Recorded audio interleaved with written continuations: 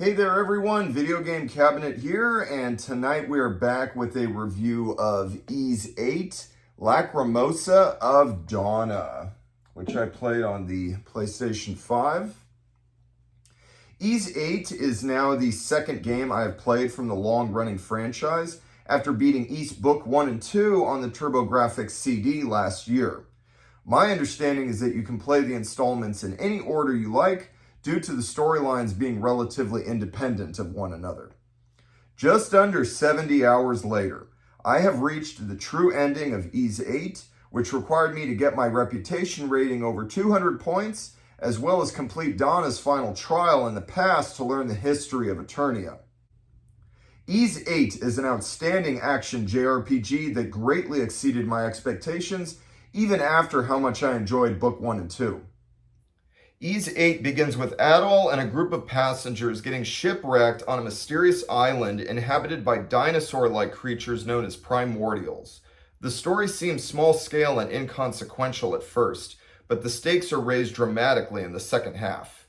Much backstory is revealed about the island's long-kept secrets, and the threats posed to the heroes are pivotal to humans' very existence. By the end, I was astonished at how much I had fallen in love with the characters and how much they had grown together. The bond between Donna and Adol was unforgettable, and watching their last moments with each other after unlocking the true ending was the only way I wanted to say goodbye to them. Adol himself is a mostly silent protagonist, but you choose how he responds to the other characters in a fair amount of interactions, allowing the player to embody and slightly influence his persona. All the other characters are endearing with their different personalities, and each is passionately voiced by the excellent cast of actors. Donna herself was my favorite character, taking center stage along Adol in the duet lead role. Voiced by Brianna Knickerbocker, Donna expressed compassion and kindness towards others, while also demonstrating tenacity and her will to never give up hope. The battles in Ys 8 are absolutely exhilarating, with tons of special attacks your party can dish out.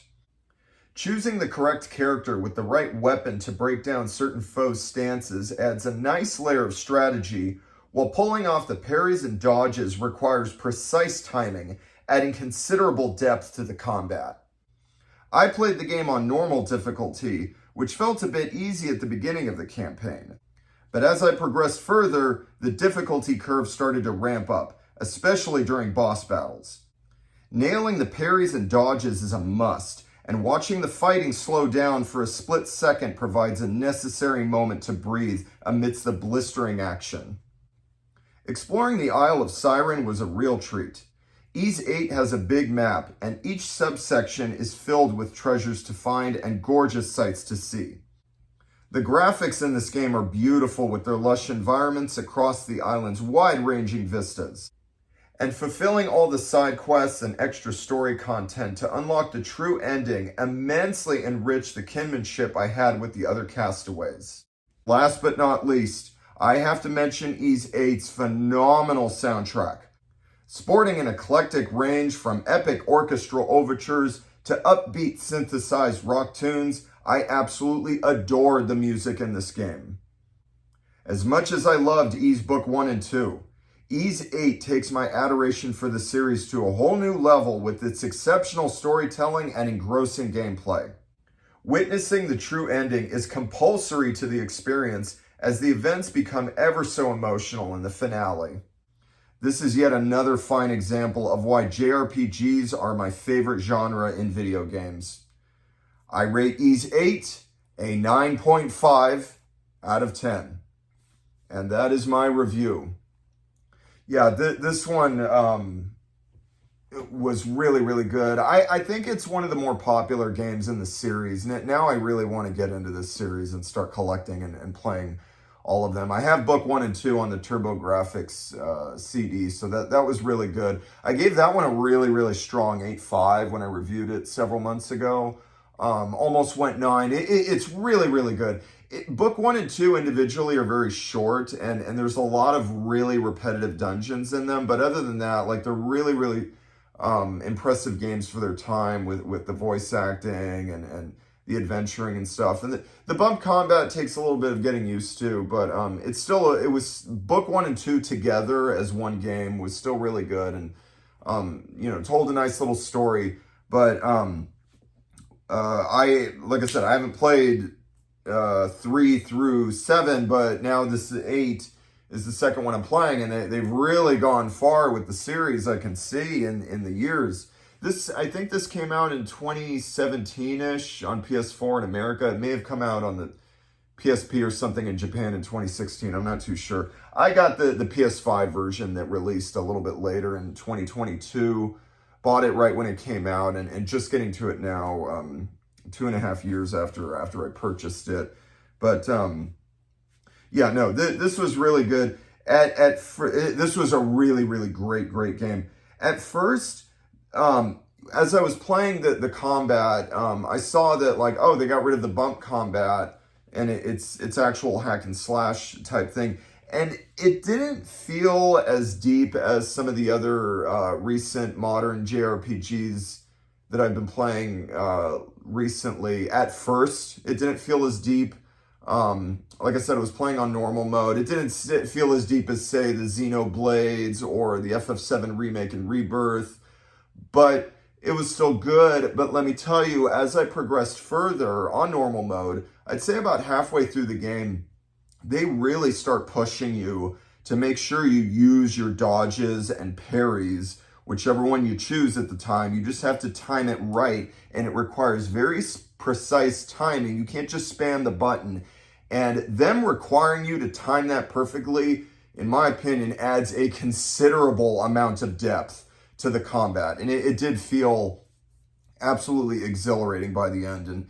And I did start to feel halfway through towards the end that this was feeling comparatively as deep as those other two recent franchises that I mentioned, the Xenoblades and the FF7 remakes. This one, I'm not going to say which one's better, but this one was still really great, and definitely holds its own against those juggernauts in the battle system departments. Yeah, and actually, in fact, bump combat from book 1 and 2 does make a return here, sort of.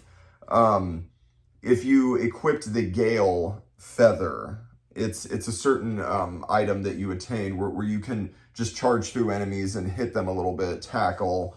But the main focus is on the hack and slash, that you press the button and then you do special attacks when you hold one of the right trigger, I believe it is, and use any of the 4 face buttons there.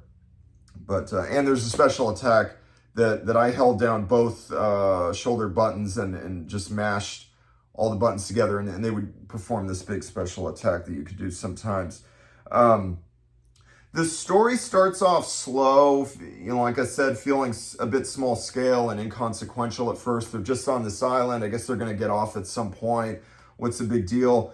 But there's a very cool twist at the very end of chapter 4 that I'm not going to spoil, that I didn't see coming. And that's when things start to get really interesting, and you start to really start having more questions. There's a prologue, and then there's 6 chapters, and then there's a really short epilogue.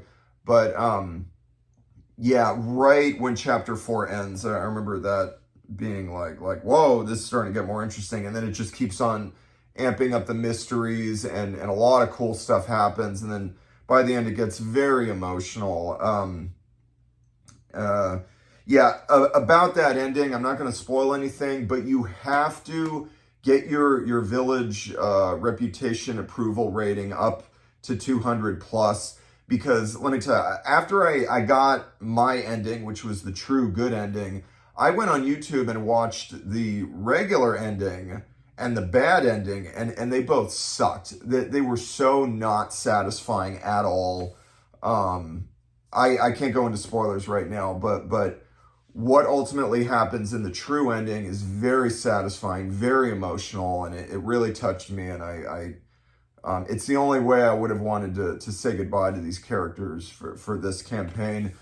I'll leave it at that. It's a beautiful ending if you get the true ending with this one, but the other two endings, in my opinion, they're not satisfying at all. But yeah, those are my thoughts. This was real. I'm a fan now of this series after books 1 and 2, which were great, but this one's even greater. You know, I want to play more games of this series. I'm hooked now. We'll see. I'll try to get some more and put some reviews of those up once I finish them. Got plenty of games on the backlog. But yeah, those are my thoughts on Ys 8, Lacrimosa of Donna. 9.5 out of 10. And have a good night.